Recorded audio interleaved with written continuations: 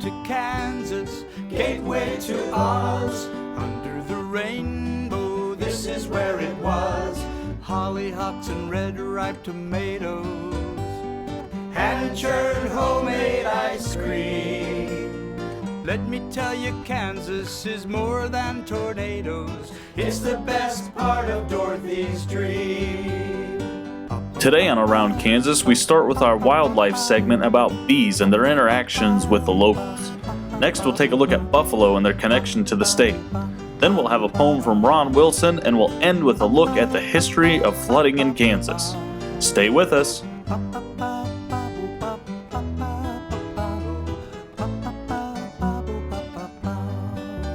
Closed captioning brought to you by Ag Promo Source. Together we grow.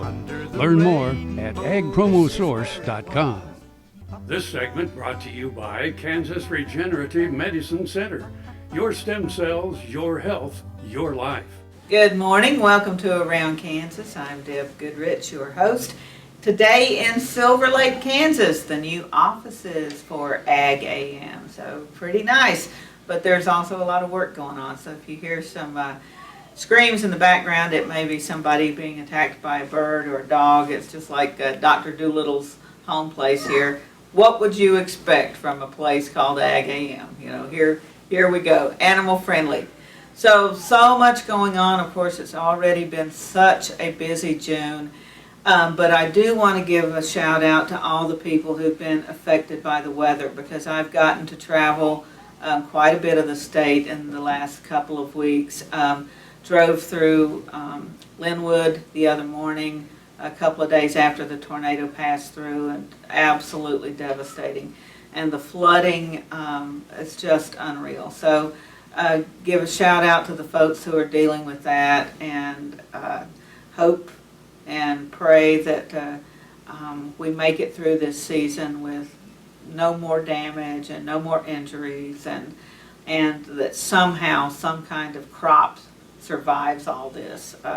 We did see some awfully lush grassland too. So the cows and on the high ground are fat and happy. Let me tell you, that's looking really good. But sure, keeping folks in our thoughts and prayers that are dealing with those issues.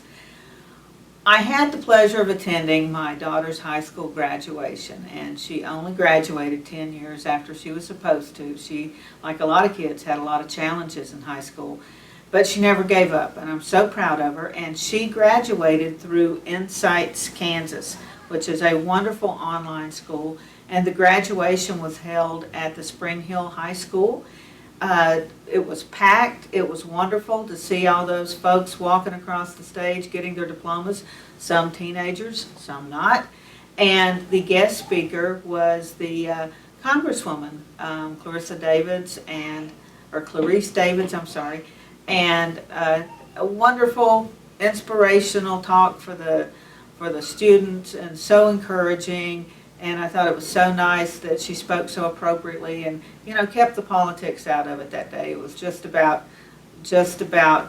encouraging these people who had worked so hard. So I want to give a shout out to all those folks, because, man, a great effort by the students, the teachers, and just a great program all the way around. All right, so many things going on this month, of course. In a couple of weeks, I'll be down in Pampa, Texas, doing a talk. So I'm really looking forward to going down to Pampa. And I hope you guys can go down and visit the Panhandle too, because we've got a lot of shared stories. And we did a segment about that not long ago in our sister states. Lots of shared stories. So, don't be afraid to cross the line and see what somebody else has got.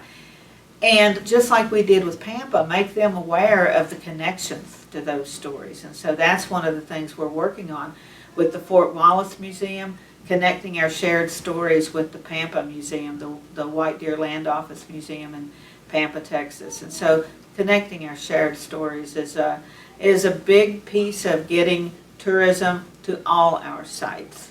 Don't just stop at the line. Our Big Kansas road trip, wow. We have gotten so much response from that. And of course, next year, the Big Kansas road trip will be in the northeastern corner of the state, all the way across the state. make your plans now. Go to the website for the Kansas Sampler, Kansas Explorers, and check out those dates and put them on your calendar. Because no matter where it is in Kansas, there's something awesome to see, some great folks making it happen, some wonderful food along the way, and some very different scenery. No matter where you are, you're going to have some really interesting scenery. And of course right now it's all green wherever you are, so it's a great time to hit the roads and get around Kansas and enjoy it. We've got a great show for you today, so stay with us.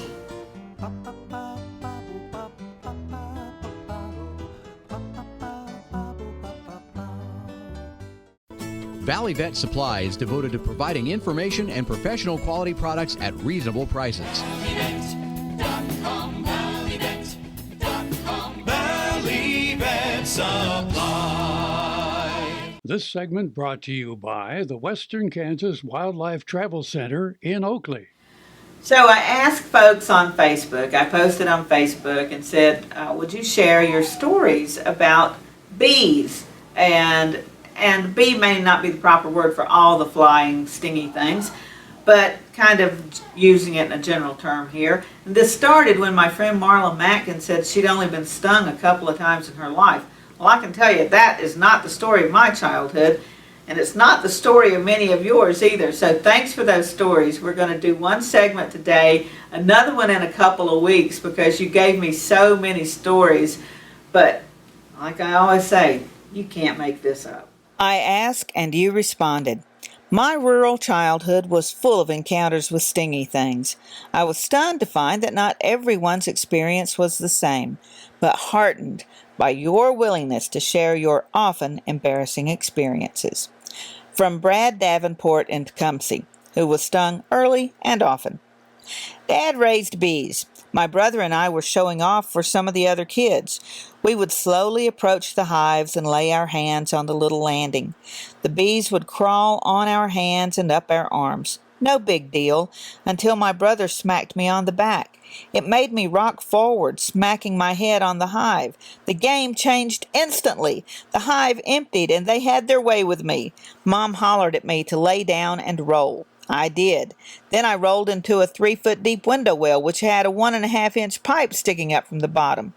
The pipe stabbed me around the back of my ribs, causing an additional wound. My face was so stung up that my eyes were swollen shut and my lips split open. Then I had to deal with the wrath of my father when he got home for disturbing his bees. Our doctor, who still made house calls, came and prescribed some sort of syrup and recommended ice packs. To make it all worse, like rubbing salt in a wound, Mom took me outside to take pictures of my misery because she thought it looked cute. Unfortunately, I have several other stories of such encounters with stingy things, yet I have no fear of them today. Well, Brad, that's because you obviously have brain damage. Leanne Pantle recounted how a bee flew into her soda can at a family reunion, stinging her throat. While unpleasant for sure, it's even worse when you're singing. Lewis Spring, a member of one of my all-time favorite bands, the Solo Hogs, shared this story.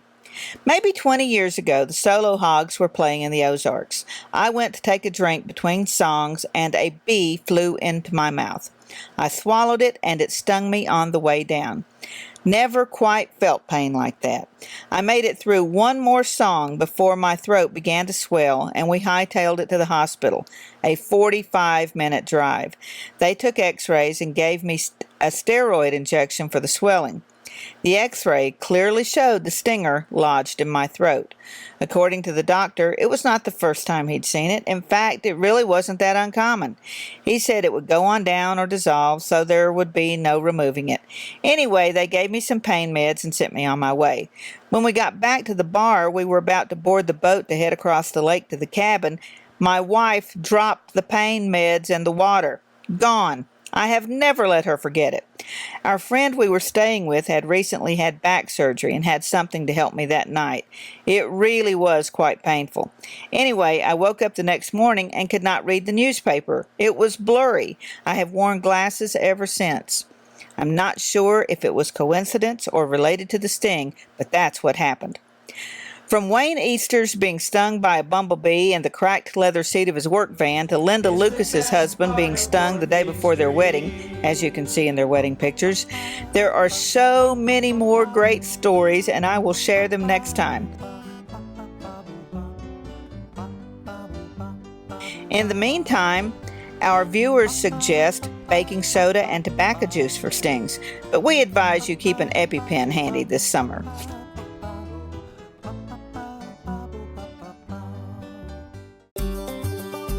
Welcome to the Western Kansas Wildlife Travel Center, right here in my hometown of Oakley, Kansas. We're the front door of Western Kansas, located on 3 main highways, I-70, US 83, and US 40. And all those roads lead to history, beautiful scenery, and adventure, no matter which direction you go. We now have an IHOP. That brand that you've trusted up and down the road in all your travels is staffed with local folks, real people, just like you and me, and we're waiting on you to join us. So for fun, adventure, fuel up, fuel your body, and let's have some fun.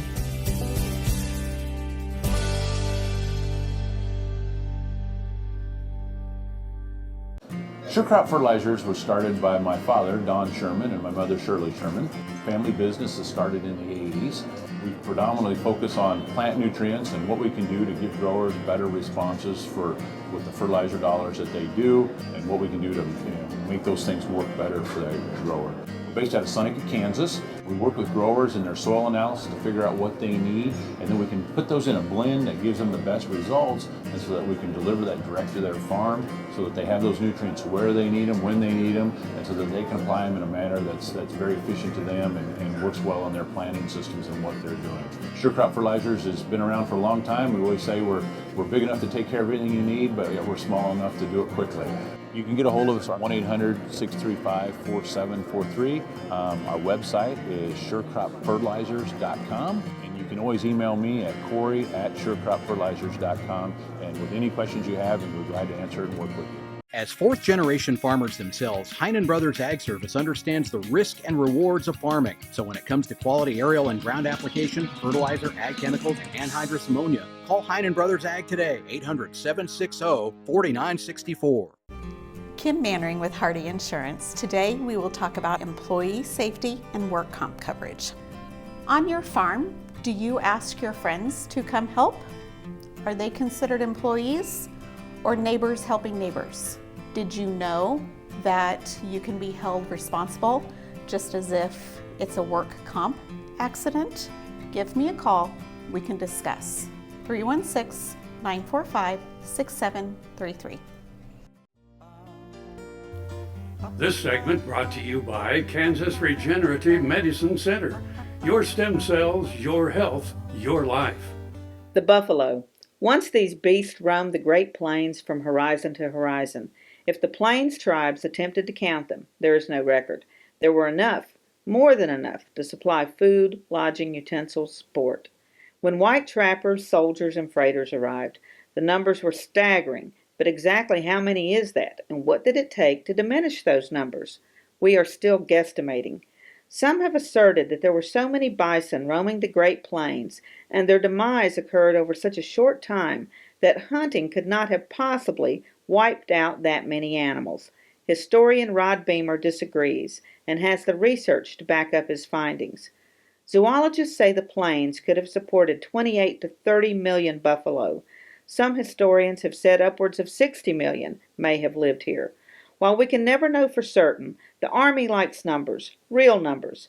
So General Phil Sheridan put his observation skills to the test.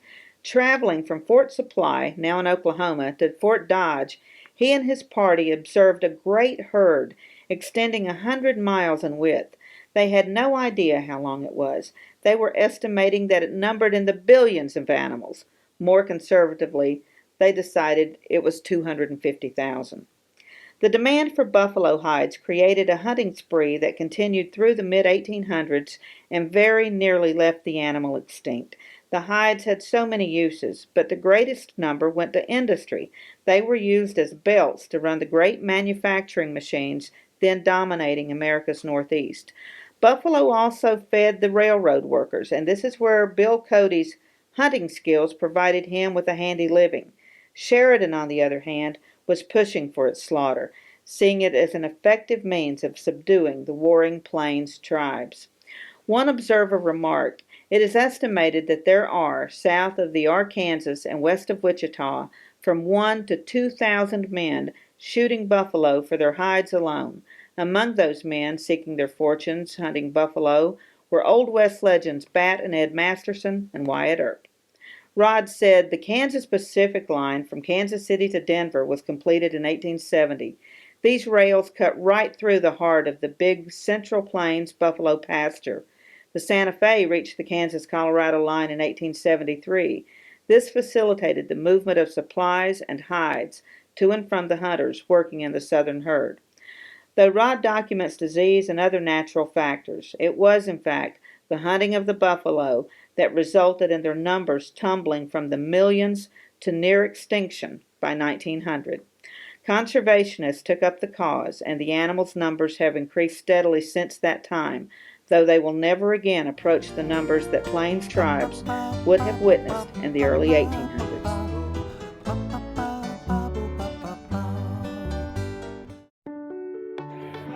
My name is Bill Meredith, and I farm about 7,000 acres. We raise about 150 head of longhorn cattle. It was real frustrating for me to not be able to have my hands on it. When I'd come down in the morning, almost cry because my back was hurting so bad and my memory was so bad, and had been to Mayle's clinic feeling like it was nothing was happening as fast as I'd like to see it happen. My land guy come and pulled up beside me and he asked me how I was doing. I told him I wasn't doing worth a darn. He was telling me about this treatment they were doing down there in Manhattan. Anyway, we come up here and got this treatment, put some in my shoulders because I couldn't bend my head like this. I finally started getting my memory back, and I'm able to do about everything I was doing before, maybe more. I went outside and raised my hand and praised the Lord, you know. What if U.S. soybean oil were an industry sensation? If end users started asking for it by name? That future is here, the time is now. To meet customer demands, the Soybean Checkoff is investing in varieties that produce oil with increased functionality. A message from the Kansas Soybean Commission, the Soybean Checkoff.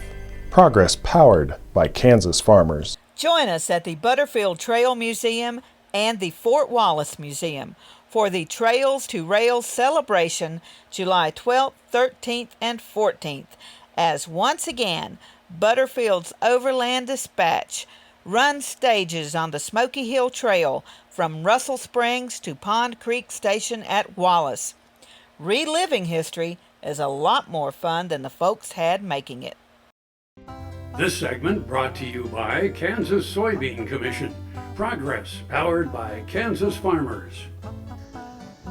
Another landmark of the Flint Hills are the deep ravines, the deep draws, and the stone, which might look simple to a bureaucrat sitting at a desk, but when it comes time to build fences, you need to call on somebody special. This poem is entitled Uphill and Down, a tribute to the fencing man. The government man sits at a desk and draws a simple line and says, "Here where the property ends, a fence here would be fine." But what seems so simple in the government domain doesn't match the real world of the natural terrain. For when we need a fence built across this rugged land, we need a hard-working expert. We need the fencing man. Yes, the fencing man is he who suffers the consequence when the Flint Hills are the place that's required to build a fence. By contrast, in the flatlands, building fence can be a breeze, but out here in the Flint Hills, we can't build a fence with ease. When that line cuts across the steepest of these hills, it creates a major challenge which the fencing man fulfills. It's one thing to build fence where the land is flat and level, but it's different on these hillsides with a 60-degree bevel. It's a place where a pickup truck or four-wheeler can't squeeze, so he drags a chainsaw out by hand to cut the brush and trees. Seems it's the most inaccessible place we need the fences most, so he's hiking up a side hill with a driver and T-posts. Then he's sliding down the draw where the sides are very steep and the ground is too darn rocky to drive the posts in very deep. So while the government man draws a line across the aerial maps, the fencing man is on the ground with barbed wire and water gaps. It looks easy sitting in a room drawing up a man-made plan, but it ain't easy in the Flint Hills, so we salute the fencing man. Happy trails.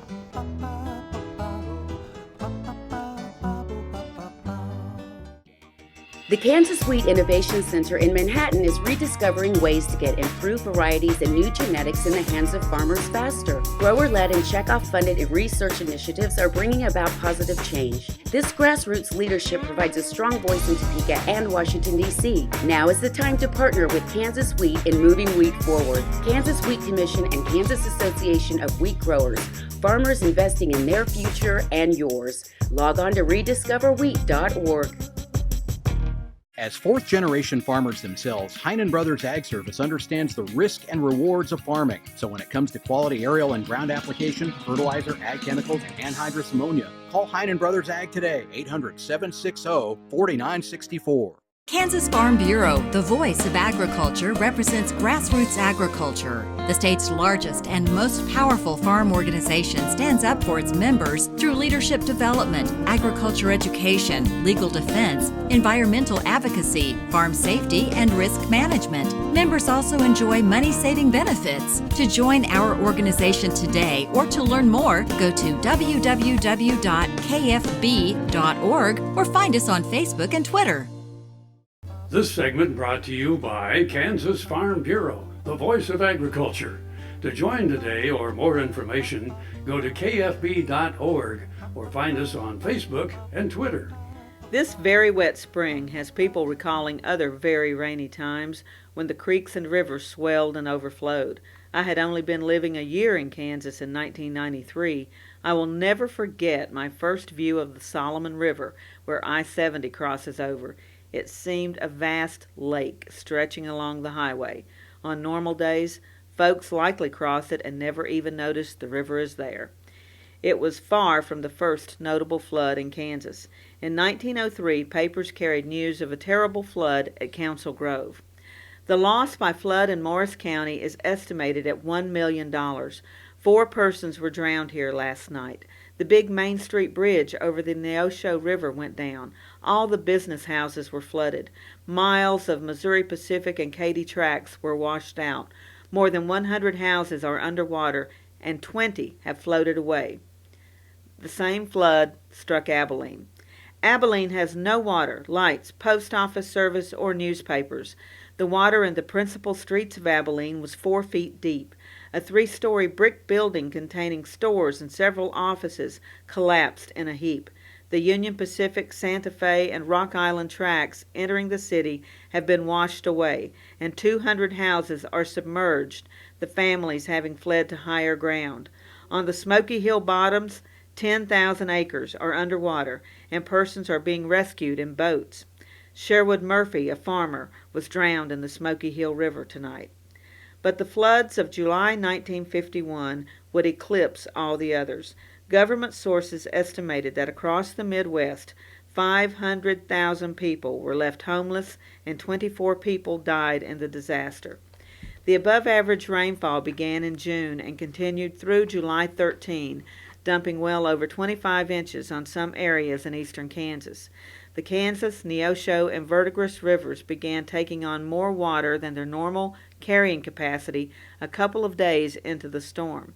As the rain persisted, flooding began all over the region.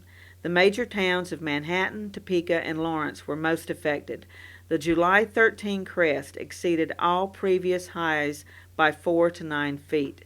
2 million acres of farmland were lost to the flood.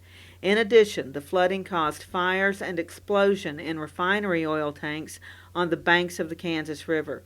Some train passengers traveling through the area were stuck on their trains for nearly 4 days. In all, $760 million in damages were caused by the flood.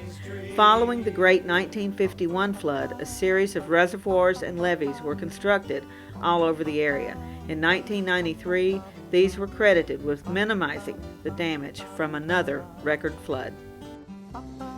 Great having you with us this morning. We'll see you somewhere around Kansas.